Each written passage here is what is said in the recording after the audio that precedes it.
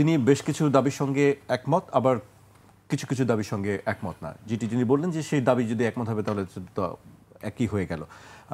আপনার কাছে কি মনে করেন? তিনি একটি কথা বলেছেন, রিপন ভাই বলছিলেন যে শুধু জাতীয় পার্টি এবং 14 দল কেন, নির্বাচনে যারা অংশ নিয়েছে বা যারা তাদের দোষর ছিল, কাজ করেছে, তাদেরও একই বিচার হওয়া উচিত। মানে উল্টো তিনি স্বতন্ত্র হিসেবে নানাভাবেই তো উল্টো তিনি অন্য আরোদেরকে যোগ করার কথা বলেছেন। মাসুদ ভাই, এই ব্যাপারে আপনার বক্তব্য কি আসলে? ধন্যবাদ আপনাকে, রিপন ভাইকে ধন্যবাদ।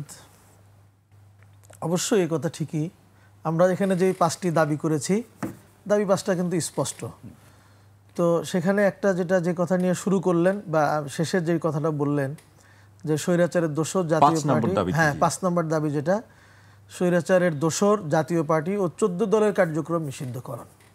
অবশ্যই এটাতে আমরা স্পষ্ট ভাষায় বলি যে ওই সময় যদি এরা সরকারকে সাপোর্ট না করত প্রত্যক্ষভাবে, এবং জিএম কাদের সাহেব ভারত থেকে ঘুরে এসে স্পষ্টতই বলল যে আমি সব বলবো না, ভারত যা বলতে বলবে তাই বলবো। তো এটা মানে কি? এর চাইতে তো আর ভারতের নির্লজ্জ গোলামি আর কিছু হতে পারে না। এবং তারা তো বিনা শর্তে তারা চলে গেলেন। তো এ জাতীয় যারা ছিল তাদের অবশ্যই বিচার হইতে হবে, এটা তো আমরা দাবি করি, দেশের মানুষ সকলেই একমত। তো সেক্ষেত্রে এটা সহ আরও যেগুলি দাবি আছে, তো আমার রিপন ভাই যদিও সবগুলোতে একমত নাও হইতে পারেন, যেটা বললেন যৌক্তিক, একমত হলে তো একসাথে কর্মসূচি ঘোষণাই করতে হয়। তো তবে আমরা যেটা মনে করি যে এখানে যে 5টা দাবি আজকে আমাদের আমির সংবাদ সম্মেলন করেছেন, উনি সংবাদ সম্মেলনে 5টা দাবিরই যৌক্তিকতা তুলে ধরেছেন। এবং যেমন ধরেন প্রথমে জুলাই সনদের ব্যাপারে তিনি স্পষ্টতই বলেছেন, জুলাই সনদের যদি আইনে ভিত্তি না হয় তাহলে কিন্তু বিপদে, যারা আমরা আন্দোলনে যাচ্ছি আমরাই যে বিপদে পড়বো তা কিন্তু না। মাসুদ ভাই, আর একটু আপনাকে একটু পড়ি, ওই প্রথম প্রসঙ্গটি আমি শেষ করতে পারিনি, যে তিনি বলছেন যে আরও কিছু রাজনৈতিক বা যারা ওই সময় তাদেরকে নির্বাচনকে বৈধতা দিয়েছে, নির্বাচন করেছে, তাদেরও সেই একই অপরাধ। সেটা তো রিপন ভাই কোনো সুস্পষ্ট বললেন না অন্য কোন দল, তাদের কথা বললে আরো থাকলে অবশ্যই হবে। আমরা তো দেখছি আসলে আপনার দলও যদি অংশগ্রহণ করে, আমার দলও যদি করে থাকে হবে বিচার, কিন্তু আমার দল তো আর প্রত্যক্ষভাবে করে নাই। এবং আমার দল সবসময়, যেমন আমরা 18তে নির্বাচনে গিয়েছি সব দল মিলে, সবাই গিয়েছে, এবং 24-এ অন্যান্য রাজনৈতিক দল যায়নি, এই 14 দল এবং জাতীয় পার্টি ছাড়া আমরাও যাইনি। আগেও, অর্থাৎ এর আগে 2014 সালে নির্বাচনেও আমরা যাইনি। আপনার মধ্যে একটা মেয়র ইলেকশনে গেছিল, তাহলে কি 18 নির্বাচনটা ঠিক ছিল? না, 18 নির্বাচন ঠিক ছিল না। 18 নির্বাচনে তো অনেক কাহিনী, সেগুলো তো সংক্ষিপ্ত সময়ে বলা। 18 নির্বাচন ঠিক ছিল না। 18 নির্বাচন তো দিনের ভোট রাতেই হয়ে গেল, কিন্তু ওই নির্বাচনে বাংলাদেশের প্রায় সকল রাজনৈতিক দল অংশ নিয়েছিল। এই কারণে আমি যদি ওনারটা একটু প্রশ্নটা করেছেন, সেটা হচ্ছে যে আমি আপনার কথাই বলতে চাই, সেটা হলো যে শেখ হাসিনা একটা প্রশ্ন তুলতো যে তার যদি বিরোধী দল যদি নির্বাচনে অংশ না নেয় তাহলে ফেয়ার হবে কি হবে না, এটা কেমনে প্রমাণ হবে? 14তে তো আমরা নির্বাচন বয়কট করলাম, মানে প্রধান রাজনৈতিক দলগুলো আমরা নির্বাচন বয়কট করলাম। তখন শেখ হাসিনা এটা বলতো, ওনারা একটু অংশগ্রহণ করে দেখতো যে আমি কতটা ফেয়ার দিতে পারি।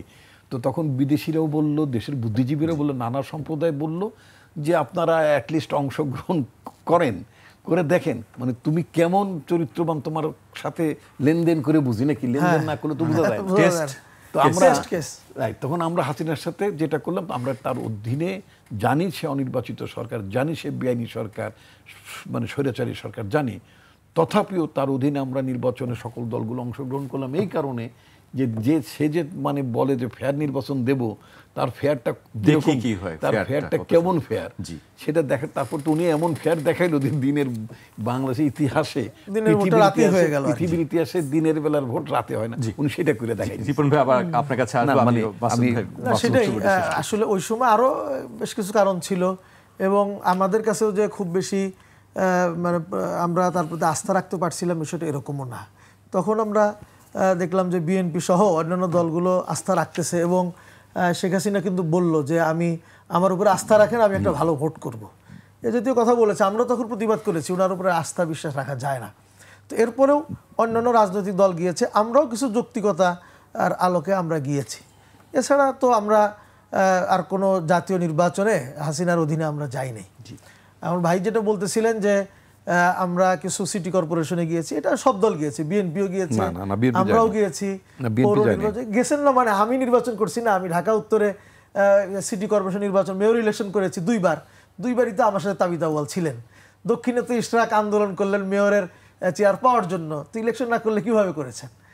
সব জায়গায় করেছে। আমার কাছে একেবারে সুস্পষ্ট লিখিত, আপনি এখনই সার্চ দেন নির্বাচন কমিশনে, ইসির ওয়েবসাইটে আপনি পাবেন 26টা মানে সিটি কর্পোরেশনে আপনাদের আমির সাহেব বা কি যদি ওরা নির্বাচন করেছে। বরিশালে কি আমাদের কোনো প্রার্থী ছিল? না, বরিশাল তো আপনি একদম লাস্ট মোমেন্ট, একদম লাস্ট, সেটার কথাই বলতে না। এমন কি হবে নাকি বিএনপি যদি শোনেন না, বিএনপি যদি এদিকে যায় আমাদেরকেও সেখানে যেতে হবে, বিএনপি বামে গেলে আমাদেরকেও বামে যেতে হবে, তাহলে আমরা একদল হয়ে যেতাম। হ্যাঁ রাইট, ওই কথাটাই বলতে চাইছি। কিন্তু বিএনপি আমাদের সাথে আমাদের চাইতে আরো বেশি কিন্তু সরকারের ভাগ নিয়েছে।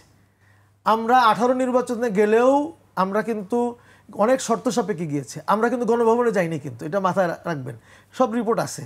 বিএনপি কিন্তু গণভবনে গিয়ে সেখানে কিন্তু তারা গিয়ে তারপরে করে আসছে। এরপরে দেখেন আমরা নির্বাচনটা কিন্তু দুপুরবেলায়, আমি শেষ করি কথাটা, আমরা কিন্তু দুপুরবেলায় বয়কট করেছি।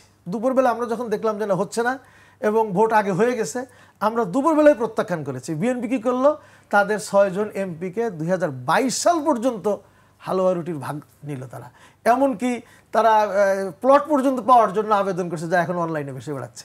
তো কাজেই ওই ব্লেমের ওখানে যাবেন না, তাতে বিএনপিও যে বাঁচতে পারবে খুব বেশি তা না, কিন্তু ব্লেমের ওখানে দরকার নেই। আমরা চাই হলো, আমরা বলেছি যে তাদের যারা দোষর, প্রত্যক্ষ দোষর যারা, তাদের বিচার করতে হবে। এবং এটা দোষর আমরা এজন্যই বলছি যে যদি 14তে যদি জাতীয় পার্টি তাদেরকে পূর্ণ সমর্থন না জানাইতো, তাহলে কিন্তু এটা ইন্টারন্যাশনালি দেশে কোনোভাবেই এটা অ্যাকসেপ্টেবল হতো না, 18তেও না, কোনো সময় হইতো না। তো সেজন্যই আমরা দেখছি 18 দল, এই 14 দল এবং জাতীয় পার্টি, তারা একদম প্রত্যক্ষভাবে তাদের সাথে জড়িত ছিল। ইসলামী আন্দোলন বাংলাদেশ কখনোই আওয়ামী লীগের সাথে, আওয়ামী লীগের সুবিধা নেওয়া সামান্যতম ন্যূনতম, এটা কখনোই ইসলামী আন্দোলনের ব্যাপারে কেউ বলতে পারে।